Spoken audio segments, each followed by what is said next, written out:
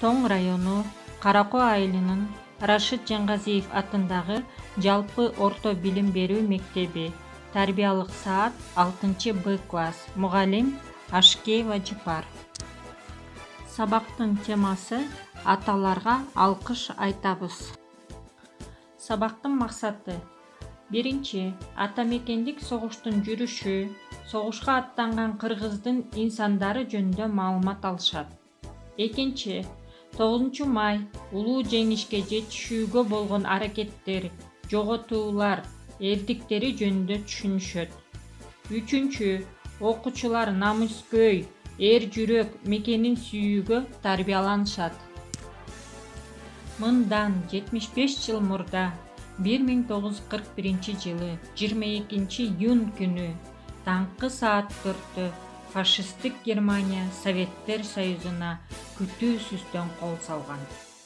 4 жылга созулган кандуу согушта Советтер Союзу миллиондогон аскерлеринен, жай тургундарынан ажырап, бир канча шаар, айылдар тып-тыйпыл болгон. Апаатта 10 миңдеген жарандар дайынсыз жоголгон.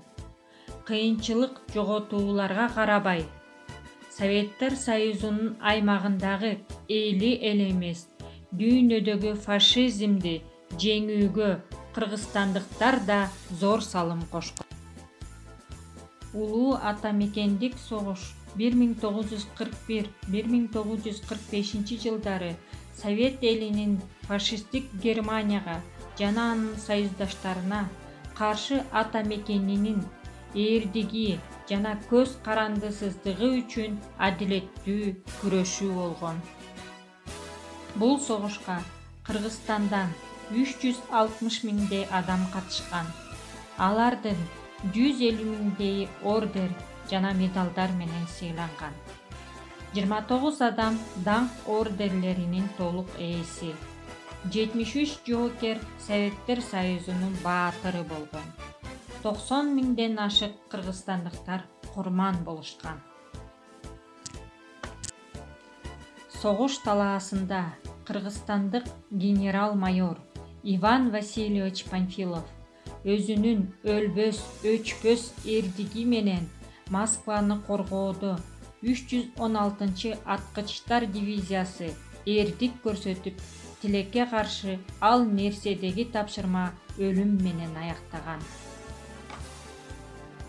Кыргызстандын сыймыктануучу дагы бир уулу Дүйшөнкул Шопоков өзүнүн эрдигин ата мекен үчүн, эл жер үчүн Дон дарыясында болгон кармашта төшүн зотко тозгон. Согуш талаасында Дайыр Асановдун да эрдиктери унутта калбайт.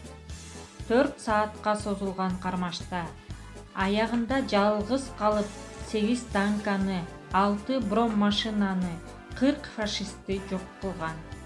1943 жылы 26 октябрда Советтер Союзунун баатыры деген наам ыйгарылган. Дагы көптөгөн кыргыз аскерлери согуш талаасында ата мекенге ийгилик жараткан. 1945 жылдын 9 майында бүткүл союздук радионун диктору Игорь Борисович улуу жеңиш күнүн элге жар салган. 9 май күнү улуу жеңиш күнү болуп кала берди. Бул күнү парадтар уюштурулуп, согуштун ардагерлерине таазим этип, алардын баа жеткис эрдигин эскерүү учуру, жеңиштин таттуу даамын таткан күндөн бери канчалаган суулар акты, жылдар өттү, аталарыбыздын каны менен, жаны менен бизге жеткен мекендин чыныгы урпактары бололу. Демек балдар, жыйынтыктап айтканда, мекенин жанынан артык сүйүп, ал үчүн өмүрүнүн аябагандарга таазим этебиз. Улуу ата мекендик согуштун сабактары азыркы замандагы коркунучтарга каршы күрөшүүдө бирдиктүү жана ынтымактуу болушубуз керектигине тарбиялайт. өз жеринде бейпилдик өкүм сүрүшү үчүн ар бирибиз жооптуу экенибизди эскертет. Фронттун окопторунда келечек муундун өмүрү үчүн салгылашып жан берген аталарыбызды, энелерибизди эстен чыгарбайлы. Биз ардагерлерибизди ыраазычылык билдирип турушубуз керек. Согуштун ардагерлеринин эрдиги менен каарман эмгегине башты ийип, 1000 мертебе таазим кылабыз. Аламат согуштун түз же кыйыр кесепети тийбеген, баары аман, боору бүтүн кыргыз бүлөсү чанда. Мен үчүн жеңиш миллиондогон адам баласынын кайгы менен кубанычы аралаш жараланган улуу күн. Улуу жеңиш жалпы журттун жабыла жасаган арыбас аракетинин аркасында жаралган. Биз сиздер менен сыймыктанабыз.